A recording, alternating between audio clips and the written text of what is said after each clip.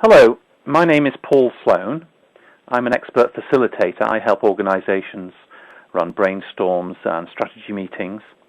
And a method that I've come across, particularly on the continent in Germany, is the Disney method. And I want to share that with you today and explain how it works, because although it's quite well known in some places, it seems little known in the UK and maybe in the USA. So an explanation might put it in context, and you could see where you could use it. And I believe it came from Disney Studios, Walt Disney Studios, as a method of evaluating ideas and generating ideas for film scripts or other projects. So the Disney method, who would use it? A team, a diverse team who want to solve a particular problem quickly, who want to come up with some really creative ideas and then turn them into a workable plan. And when would you do it? When you need to solve that kind of problem. The same team of people use the 4 different perspectives, either in the same room or they go out of the room and come back in. The only rule is they all approach the problem from the same point of view at the same time. And it's a thinking method in which a group of people adopt 4 different thinking styles. And it allows a team to discuss an issue from 4 different perspectives. And because of that discipline, you can often reach creative ideas quickly and then translate those into a workable plan very quickly using this method. That's what it's particularly useful for, though I'm sure you could use it for other things as well. So let's look at the 4 perspectives. The 4 perspectives that you use are a spectator's view, a dreamer's view, a realizer's view, and a critic's view. And you use these in sequence. You can jump around between them. You can go back to a particular view. The only rule is that everyone must have the same perspective, the same view at the same time. So all the team are spectators, or all the team are realizers, and so on. And you can do this by having 4 corners of a large room, each with a flip chart, and move around. Or if you're working in a smaller room, as is often the case, you can actually go out of the door and come back in. And this, funnily enough, seems to work quite well and helps people change their mindset. So let's just step you through it and show you how it works. And you start with the spectator's view. You've got a problem, and the problem is poor customer service, say. So the first thing you look at is, how would this be seen from the outside? How would a customer view this? Or a consultant, or a supplier, or somebody else who is independent?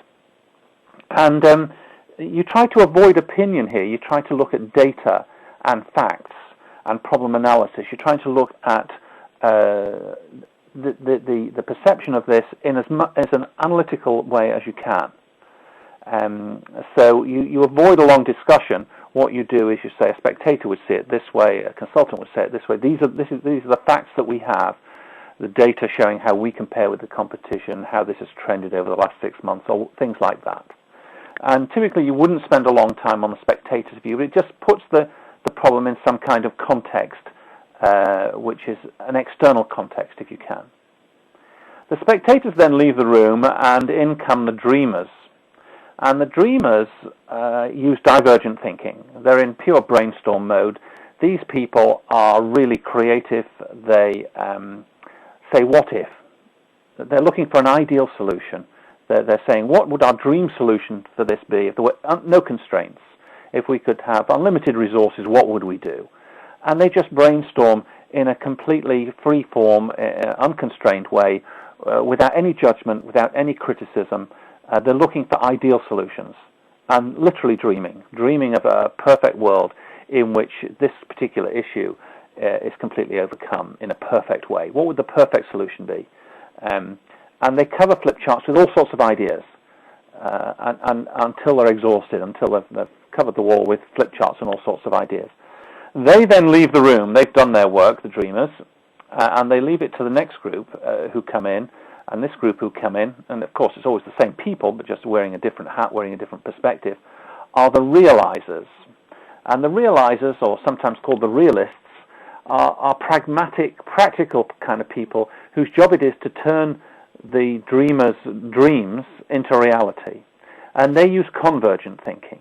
So they agree some criteria. We're looking for ideas which are feasible, attractive to customers, profitable, and can be implemented within the next 18 months or whatever. So they set some criteria, and they look through the dreamers' ideas on the flip charts, and they narrow those down to a short list, and then they discuss those in a constructive way, and typically they would choose the single best idea.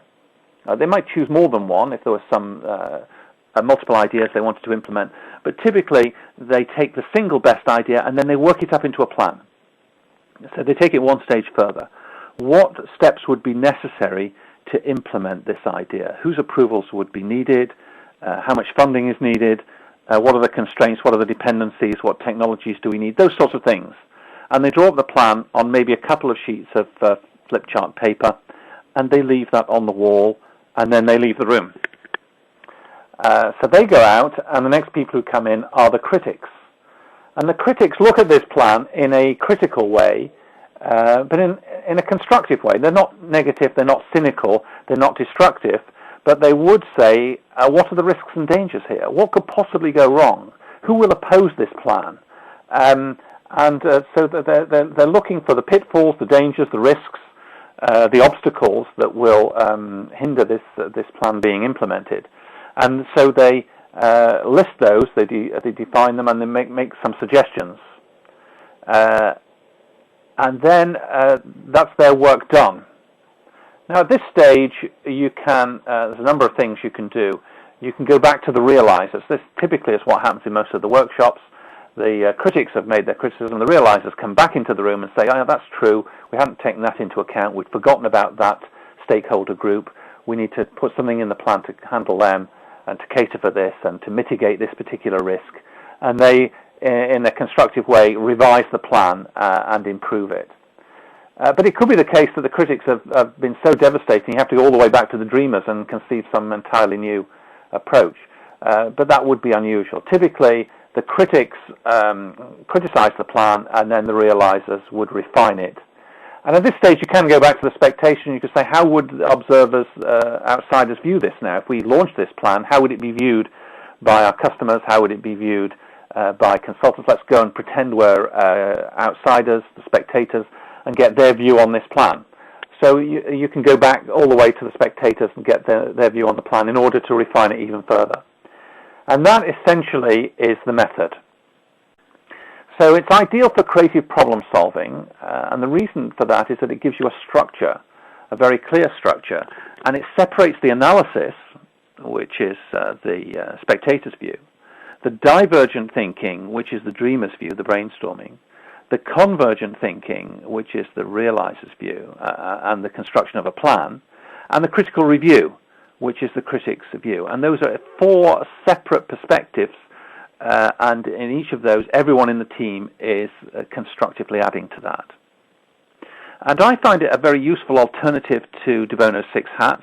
Obviously, it has some similarities with 6 hats. So the spectator's view is like the white hat, and the dreamer's view is to some extent like the yellow hat and green hat.